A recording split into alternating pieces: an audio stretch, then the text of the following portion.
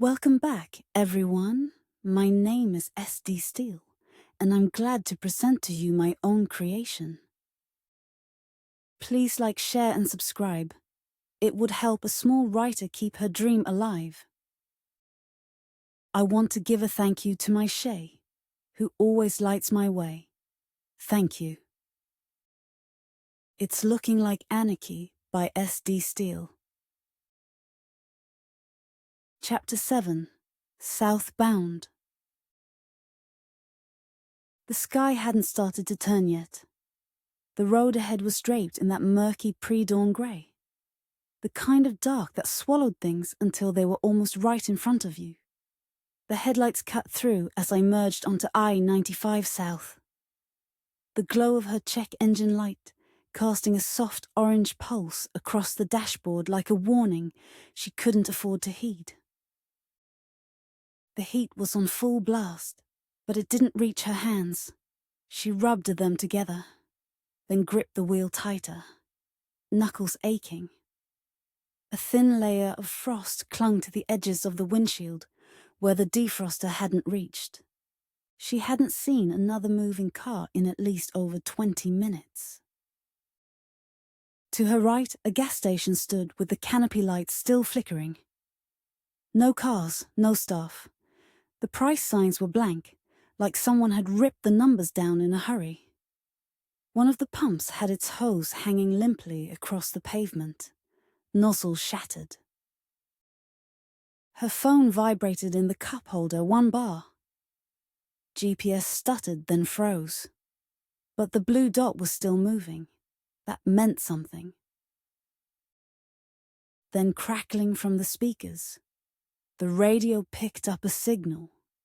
She turned the volume knob cautiously, bracing herself. We're continuing to receive unconfirmed reports of unrest in multiple major cities, including Philadelphia, Raleigh, and Charleston. The National Guard is being deployed, but response is inconsistent across states. The President has not issued a formal address since the Electoral College results were certified last night. People are being urged to stay off highways if possible and avoid government buildings. Melody exhaled hard. Her heart thumped faster. Last night, dot. The air had cracked open like a fault line.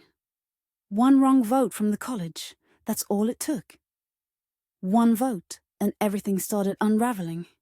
She passed a tipped-over trash bin in the median, its contents half burned. A truck with a smashed back window. A rust-colored smear across a stop sign at the exit ramp. None of it made sense yet. It all still looked like coincidence if you didn't know better. If you hadn't been watching the news. If you hadn't felt the way the air changed the moment the announcement hit. I opened the family group chat first and typed quickly. Got back on 95, no traffic. And gas stations are closed. This car's making a sound I don't like, but I'm still 3.5 hours out. Love you. She hesitated, then opened her other group thread with Camilla and Mercedes. Made it out of Emporia heading south. I-95 is empty. The radio just said cities are getting worse. But I'm okay, I promise. If you hear anything about roadblocks, call it out. A moment passed. Then Mercedes replied, Girl, what do you mean, radio said? I thought this was just a protest thing. Are you seeing cops or military? Camila replied, Just stay driving. We're watching people post stuff on Twitter. Piers hasn't said anything yet. No one's saying anything. Stay away from big exits and others needing help. She texted. I looked back up at the road again. A billboard loomed ahead. Half of it burned, the rest spray-painted in slashing red letters. Stop resisting. Another mile down, she saw a figure on an overpass, standing still with what looked like a flag. She couldn't tell if it was an American one or something else. She didn't slow down to find out. The low morning light looked like bruised silver through the windshield. Fog smeared across the trees. The air is still too cold to fully breathe in. I shifted in the driver's seat, her eyes dry and wide. She stole a glance at her phone. 6:59 a.m. She'd been on the road for about an hour since leaving the visitor center outside Emporia. The car hadn't felt right since she merged back onto I-95. And that damn check engine light had been glowing a dull orange the whole time. She tried to ignore it. Tried to will it away, like a headache. 3 more hours. Just 3. Then she heard it. A click, then a whirring strain in the engine. The temperature needle was climbing, fast. The air from the vents turned hot and sour, and the car gave a weak lurch. "Not now," she whispered, slapping the steering wheel. "Not now." A sign zipped past. Rocky Mount, 1 mile. Steam began slipping out from under the hood like a bad omen. Melody eased off the gas and flipped her blinker. She coasted down the ramp and turned into the first parking lot she saw.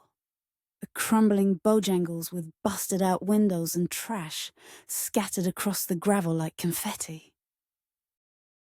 As soon as she killed the engine, the smell hit her. Burned oils, bitter and metallic. The last breath of her car drifted out in one final plume of steam and dark smoke. Melody sat still for a moment, hands clenched on the wheel, staring through the windshield. A torn flag hung off a snapped pole. Across the street, the skeletal shell of a gas station loomed, half boarded up. The sign tilted sideways like it had been slapped by the wind. I took a deep breath and started loading up. Backpack on, Taurus strapped to her ankle.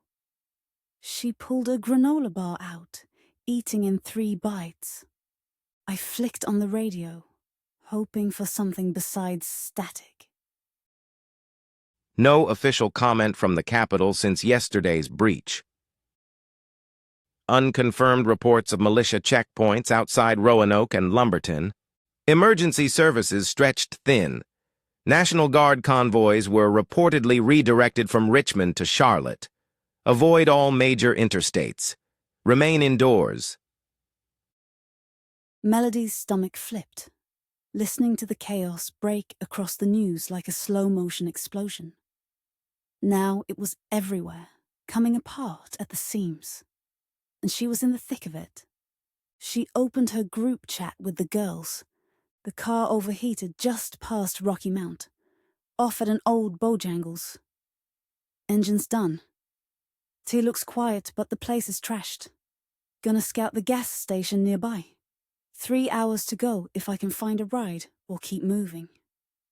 A moment later, Mercedes. "Damn! You okay? Are you armed?" "Yeah," I typed back. "I have my ankle carry and backup mags. No one is around yet. Gonna stay sharp." "Be careful," Cam replied. "Don't trust anybody. We can try to ping your location again." I cut the screen and gave a glance around the lifeless car, then at the broken horizon ahead. Seeing a couple of dogs ran across the road in the distance, barking and fast. The country was breaking down 1 hour at a time, and she still had 3 hours to go. Chapter 8. One Way or Another. The Bojangles sign flickered behind me as I pulled the rolling duffel from the back seat. My breath hung in the cold, crisp morning air. The gas station just across the lot looked like it had weathered more than one kind of storm. Fluorescent lights still hummed weakly inside. A plastic open sign blinked like it was giving up. Steel bars covered every window. The kind of place that expected trouble long before the rest of the country caught up. I tugged the duffel behind me, careful not to let its wheels clatter too loud on the cracked concrete. My ankle holster felt snug and firm with every step. Giving the glass door a gentle push, it opened with a metallic chime. Inside smelled like dust, old fryer oil and plastic. The kind of gas station that had survived on microwave burritos and off-brand cigarettes. A security screen enclosed the register, thick and smudged with grease. No attendant. "Hello," I called, more cautious than hopeful. No response. I moved through the aisles, grabbing what I could. Jerky, granola bars, peanut butter, and water bottles from a cooler that still buzzed under flickering lights. I unzipped the duffel and stuffed the supplies deep inside.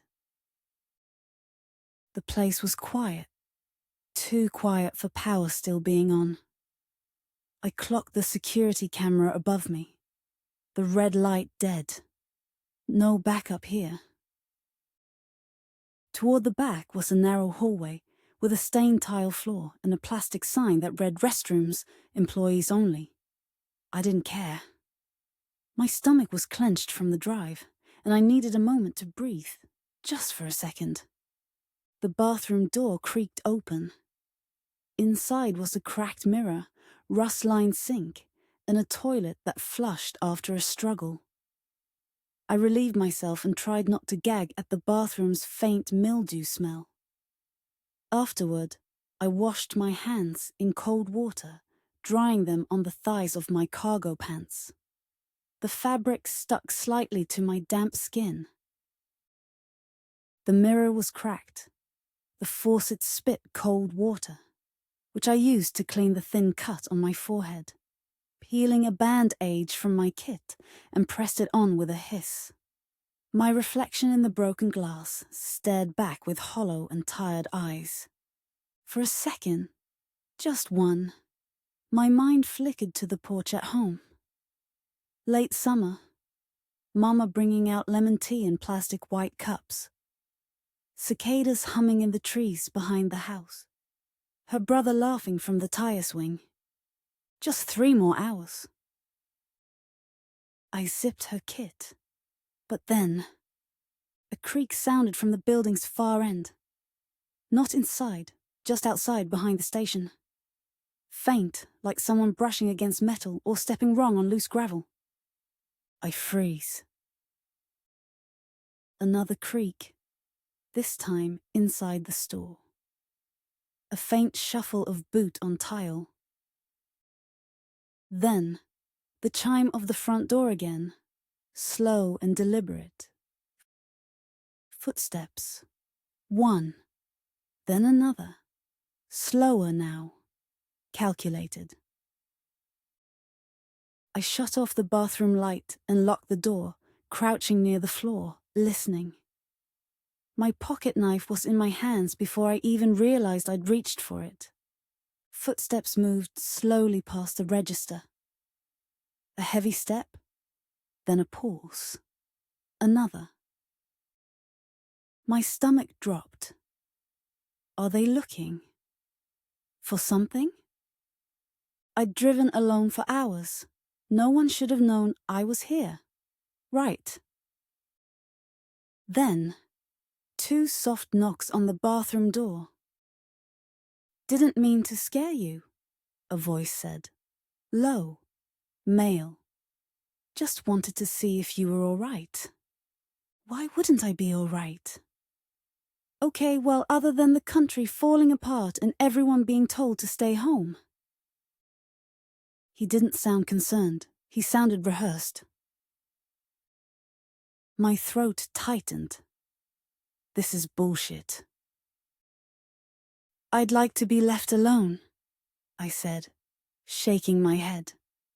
Please leave. A pause. Then a chuckle. A damn chuckle. Why? Something foul was underneath that made me feel physically ill. You're brave, he said. A lot of folks out here wouldn't have made it this far. But you don't have to keep running. I'm with a church west of here. Food, water, a bed. Real community. A new society. We're helping people. You don't have to be alone. I didn't answer, but the doorknob twisted slowly, like a test, before turning back. He was quiet for a second, then added, "Think about it." His footsteps moved away slowly. I stayed crouched, hand still on the grip of my knife, listening, ready for him to burst through the door. And in that moment, surrounded by canned food and flickering lights, I understood something chilling. He hadn't just stumbled onto me. He'd followed me. I crouched low in the stale bathroom air, staring at the handle, willing it not to turn again. Every creak of the building made my pulse twitch. Think. There were no windows in this bathroom. One way in, one way out. If I stayed in here too long, I'd be cornered. But walking out blindly could be worse. Could I sneak out the back? Gas stations like this sometimes had a delivery entrance or an employee break room with a second door. Or maybe a maintenance door or freedom. I checked the edge of the knife, then tucked it back into my cargo pants pocket for quick access. My Taurus was still on my ankle. Loaded. 4 boxes of ammo in the bag, but time wouldn't give me the chance to reload. I unlocked the door slowly and slipped out, keeping low. The fluorescent hum guided me to a side hallway labeled Employees Only. The door wasn't locked. Inside was a tiny break room with an old microwave, some dented lockers, and a dusty desk covered in paperwork. A door to the front registers, and 2 mystery doors hopefully heading to safety. Most importantly, there was a security feed monitor mounted in the corner, still glowing, I could see. I crept up and watched. Outside, near the pumps, stood 2 men. The first man is tall but slim, with thin long hair. The second man, broader, in a weathered ball cap. Both leaned casually near a lifted black truck, its lights still running. The truck's bed was full of gas cans, crates, and a tarp. They weren't just out for a drive.